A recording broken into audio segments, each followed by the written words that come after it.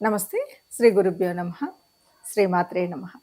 ఆదిత్యాయ చ సోమాయ మంగళాయ బుధాయ గురు శుక్ర శనిభ్యే రాహవే కేతవే నమః. ప్రస్తుతం మనం డిసెంబర్ మాసంలోకి వచ్చాం. ఈ డిసెంబర్ మాసంలో మనం సహజంగానే ప్రతి మాస ఫలితాలు, పక్ష ఫలితాలు, వార ఫలితాలు చెప్పుకుంటూ ఉంటాం. కానీ కొన్నిసార్లు గ్రహాల యొక్క మార్పు అనేటువంటిది గతులు మారుతూ ఉంటాయి. గతులు మారడం అంటే ఉన్నటువంటి స్థానం నుండి వక్రగతిలో వెనక్కి వెళ్ళడం, ఉన్నటువంటి స్థితి నుండి అప్పటికే ఆ గ్రహాలు ఉన్నటువంటి స్థానాలు ఉచ్చస్థిత, నీచస్థిత ఇవన్నీ కూడా రకరకాలుగా ఉండడం వల్ల ఇలా మార్పు చెందినప్పుడు కొన్ని రకాలైనటువంటి ఫలితాలైతే ఉంటాయి. మరి ఆ రకంగా కనుక చూసినట్టయితే ప్రస్తుతం డిసెంబర్ 6వ తారీఖు నుండి 2024 డిసెంబర్ 6వ తారీఖు నుండి కుజుడు తను ఉన్నటువంటి స్థానం ఏది కర్కాటకంలో ఉన్నాడు. మరి ఎలాంటి స్థానం అంటే నీచ స్థానం. నీచ పొందినటువంటి కుజుడు ఇప్పుడు మళ్ళీ వక్ర గతిని పొందేటువంటి పరిస్థితి. ఈ కాలం అంతా కూడా ఎప్పటి వరకు ఉంటుంది అంటే ఫిబ్రవరి 24 తారీఖు 2025 వరకు ఈ వక్ర స్థితి ఉంటుంది. అంటే అక్కడ మిథునంలో ఉంటాడు. మళ్ళీ మిథునం నుండి మళ్ళీ వక్రత్యాగం తర్వాత మళ్ళీ కర్కాటకంలోకి వస్తాడు.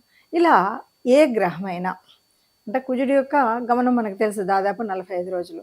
అలాంటి కుజుడి గమనం ముందుకు వచ్చి వెనక్కి వచ్చి అక్కడక్కడే తారసపడుతున్నట్టుగా మనకు గత కొంతకాలంగా చూస్తూ ఉన్నాం. మరి ఇలాంటి పరిస్థితుల్లో అసలు ఎలాంటి ఫలితాలు వస్తాయి అంటే ముందుగా మనం కుజుడిని చూడాలి. కుజుడిని చూసినట్టయితే కుజుడు అంటే మనకు తెలుసు భూమి పుత్రుడు.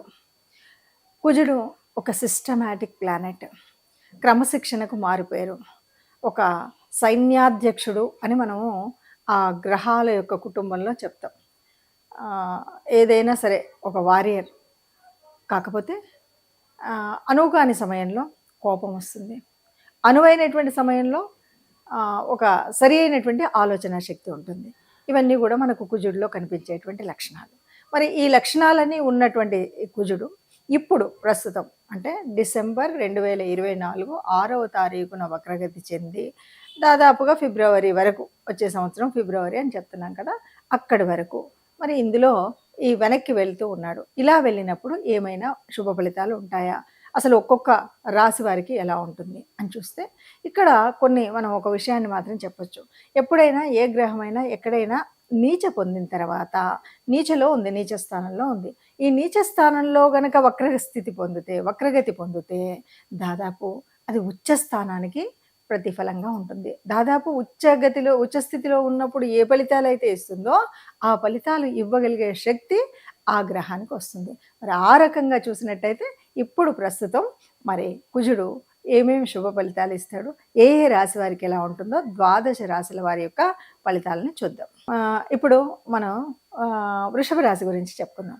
వృషభ రాశి కనుక చూసినట్టయితే వృషభ రాశికి మరి కుజుడు యోగించేవాడా కాదా అంటే అంతగా యోగించే వాడు కానప్పటికీ మరి ఎలా ఉంటుంది, బాగుంటుందా బాగాలేదా అంటే బాగుంటుందని చెప్పొచ్చు. ఎలా బాగుంటుంది ఏంటి అని అంటే ఇక్కడ మనం చూడాల్సింది ఏ స్థానంలో కుజుడు వక్రగతి పొందుతున్నాడు అంటే 3వ స్థానంలో.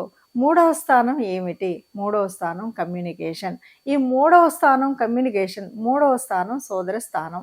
ఈ స్థానంలో జరుగుతున్నటువంటి ఈ వక్రగతి ఎందుకు నీచ పొందిన స్థానంలో వక్రగతి పొందుతుంది కాబట్టి ఇక్కడ వక్రగతి వల్ల మనకు వచ్చేది ఉచ్చలో ఉంటే ఏ రకమైనటువంటి ఉపయోగాలు ఉంటాయో ఆ ఉపయోగాలు ఉంటాయి. అందువల్ల కుజుడు ఇక్కడ ఏమిస్తాడు, మంచి కమ్యూనికేషన్ స్కిల్స్ ఇస్తాడు. ఈ కమ్యూనికేషన్ స్కిల్స్ వల్ల అంటే ఎవరితో నువ్వు వ్యాపార రీత్యా కానీ ఉద్యోగ రీత్యా కానీ పైన ఉన్నటువంటి అధికారులతో కానీ పక్కన ఉన్నటువంటి పార్ట్నర్స్తో కానీ మాట్లాడేటప్పుడు కనుక నువ్వు ఆ స్పష్టమైనటువంటి ఒక కమ్యూనికేషన్ చేయగలిగితే వారితో సత్సంబంధాలు ఉంటాయి. దానివల్ల మంచి లాభం చేకూరేటువంటి పరిస్థితి ఉంటుంది. అలాగే అన్నింటికి మించి సోదర సత్సంబంధం అనేటువంటిది చాలా ముఖ్యమైనటువంటిది. అన్నదమ్ములు ఎప్పుడు కూడా మనకి అనుకూలంగా ఉంటే చాలా బోల్డ్ అంత బలం మనకి, అలా అనుకూలంగా ఉండేటువంటి పరిస్థితి దీనివల్ల వస్తుంది. కాబట్టి ఇప్పుడు కుజగ్రహం యొక్క వక్రగతి వల్ల వృషభ రాశికి ఎలాంటి ఫలితం ఉంటుంది అంటే ఈయన చెప్పాలి అంటే వృషభ రాశికి కుజుడు ఎన్నో స్థానం వాడు వ్యయభావంలో ఉంటాడు. ఇంకా ఎక్కడుంటాడు అంటే మనకి సప్తమ స్థానంలో ఉంటాడు. అంటే 7లో వ్యయభావంలో ఉన్నటువంటి వాడు. ఇలాంటివి ఉన్నప్పుడు మరి జరిగేదెక్కడ ఇది అంటే మూడవ స్థానంలో ఉంది. అయితే ఇక్కడ ఒకటి గుర్తుపెట్టుకోవాలి. ఏంటంటే సప్తమ స్థానంలో కాబట్టి, సప్తమ స్థానంలో ఈ సమయంలో ఎవరైనా వివాహాల కోసం ప్రయత్నం చేయాలి అనుకునేటువంటి వారు అంత సరి అయినటువంటి సమయం కాదు. కాకపోతే మళ్ళీ అనుమానం. ఇప్పటికే కుదిరిందండి, వివాహం పెట్టుకున్నాం, ఇదంతా దగ్గరలో ఉంది అంటే అప్పుడేం కాదు. కానీ ఇప్పుడు కుదుర్చుకోవాలి కొత్తగా అనుకునేటువంటి వాళ్ళు ఆ ప్రయత్నానికి వెళ్ళకపోవడమే మంచిది. ఇక వ్యయభావంలో ఉన్నటువంటి అంటే దూరంగా ఉండేటువంటి దూర ప్రాంతంలో ఉండేటువంటి స్థితికి అంటే ఏదో రకంగా వెళ్ళేటువంటి పరిస్థితి అయితే ఉంటుంది ప్రయాణాల వల్ల. కాబట్టి కొన్నిసార్లు అది ఉద్యోగరీత్యా అవ్వచ్చు, ఇంకేదైనా దర్శనీయ స్థానాలు చూడడానికి కావచ్చు, అలాంటివి కూడా కనిపిస్తాయి. దాదాపుగా మనం చూస్తున్నటువంటి గ్రహ పరిస్థితి ఒక్కొక్క రాశికి ఒక్కొక్కలాగా ఉంటుంది అంటాం.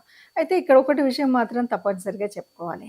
ఏది ఏమైనా జన్మ జాతకంలో మరి ఈ గ్రహాలు యోగించేవా, యోగించనివా, ఇది మొదటి స్థానం. ఇందులో మరి ఏ గ్రహాలతో కలిసి ఉన్నాయి, ఏ స్థితి ఉంది, ఏ యుతి ఉంది, అంతేకాదు నడుస్తున్నటువంటి స్థితి ఏంటి, అంటే ఏ దశ నడుస్తుంది, ఏ మహర్దశ నడుస్తుంది, ఏ అంతర్దశ నడుస్తుంది, వీటన్నింటిని బట్టి ఫలితాలు అనేటువంటివి మాత్రం ఉంటాయి. మరి ఏది ఏమన్నా సరే కొన్ని రాశులకి చాలా మంచివి అని చెప్తాం, కొన్నిటికి కాదు అని చెప్తాం.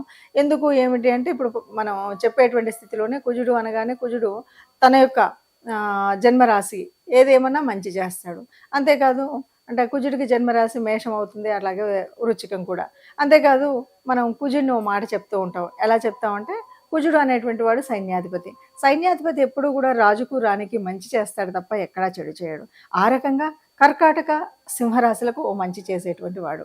ఇలా మనకు ఆయన యొక్క స్థితిని బట్టి ఉంటుంది కుజుడు. కుజుడుకి ఉచ్చస్థానం అంటే మకరంలో ఉచ్చ పొందుతాడు.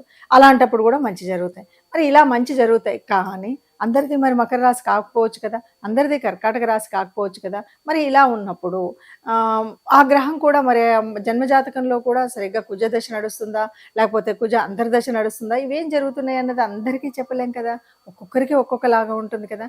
మరి ఇలాంటి పరిస్థితుల్లో ఏది ఏమైనా సరే ఈ మార్పు వల్ల, ఈ వక్రగతి వల్ల నా రాశికి మంచి జరగాలి అని ప్రతి ఒక్కరికి ఉంటుంది. నా రాశి వారికి నాకు మంచి జరగాలి. అలా జరగాలి అంటే ఎప్పుడైనా సరే ఎవరి అనుకూలత కావాలి, దైవానుకూలత కావాలి, గ్రహానుకూలత కావాలి. ఈ 2 కావాలి.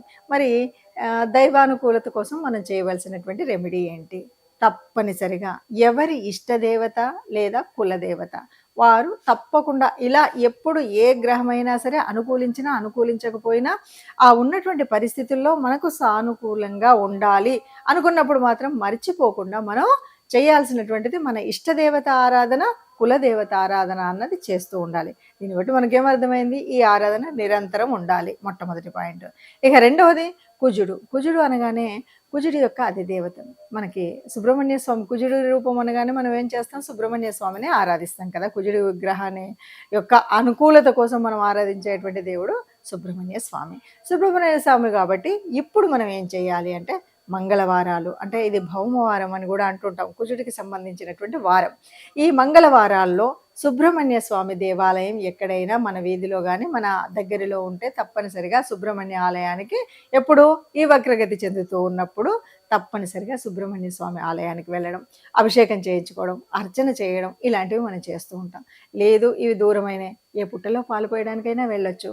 మనం ఈ సుబ్రహ్మణ్య స్వామి ఆరాధన, ముఖ్యంగా సుబ్రహ్మణ్య షష్ఠి వస్తుంది కదా, ఆ షష్ఠిలో గనక సుబ్రహ్మణ్య స్వామి అభిషేకం చేయించినట్టయితే దాదాపుగా మనకున్నటువంటి ఈ చిన్న అంటే కొంచెంగా అటు ఇటుగా ఉంది అనేటువంటి, అంటే ఆ చిన్న అప్రమత్తతోటి ఈ రకమైనటువంటి నష్టం జరిగింది అని చెప్పేటువంటి వాళ్ళకు కూడా ఏ నష్టం జరగకుండా హాయిగా సాగేటువంటి పరిస్థితి ఉంటుంది. అందువల్ల సుబ్రహ్మణ్య షష్ఠి రోజు కానీ లేదు మీకు వీలైనప్పుడు ప్రతి మంగళవారం కానీ వెళ్ళడం, గుడికి వెళ్ళడం, ఆరాధించడం చేయండి. దీంతోపాటు మీకు నవగ్రహాల్లో ఉన్నటువంటి మరి కుజ స్తోత్రం వీలైనప్పుడు చదువుకోండి. లేదు ఆ చాంటింగ్ అనేది నిరంతరం చేయొచ్చు. ఇవేవి రావండి, ఇవేవి తెలియదండి, సుబ్రహ్మణ్య స్వామిది ఆలయం దూరంగా ఉంది అని అనుకునేటువంటి వాళ్ళు తప్పనిసరిగా రెమెడీ కావాలి అంటే ఇంకొక పని కూడా చేయొచ్చు. విష్ణు సంబంధితమైనటువంటి దేవతల్లో ముఖ్యంగా నారసింహస్వామి యొక్క కథను ఆలకించడం కానీ, అంటే అవతార ఘట్టాన్ని గనక మనం వినడం ఇలాంటిది గనక చేసినా ఇవేవి కూడా లేదు నాకు ఇంకా ఏమీ రాదు అంటే విష్ణు సహస్రాన్ని వినండి, భక్తి శ్రద్ధలతో వినండి, ఎక్కడికి వెళ్ళినా వినండి, నిరంతరం విష్ణువుని ప్రార్థనలో ఒక తలంపుగా తలవండి. మనకు ఉన్నటువంటి ఏ రకమైన అంటే గ్రహరీత్యా మారుతున్నటువంటి స్థితి రీత్యా మీకున్నటువంటి మీ రాశి రీత్యా ఏదైనా చిన్న చిన్న అపాయాలో లేకపోతే చిన్న చిన్న ఒడదొడుకులో వచ్చేటువంటి పరిస్థితి ఉంటే ఆ పరిస్థితి నుండి కాపాడగలుగుతుంది. కాబట్టి వీలైనంత వరకు కూడా ఈ రెమెడీని చేయండి.